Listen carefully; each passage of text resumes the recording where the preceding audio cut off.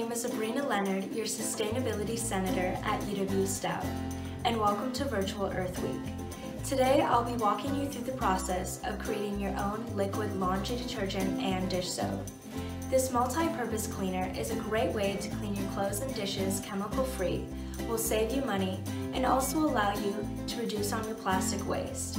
Here's everything you need to get started.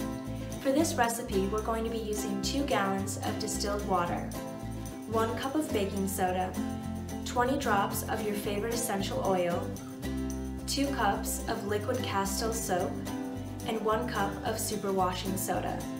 Also, optional for this recipe is 1 capful of the concentrated Thieves cleaner.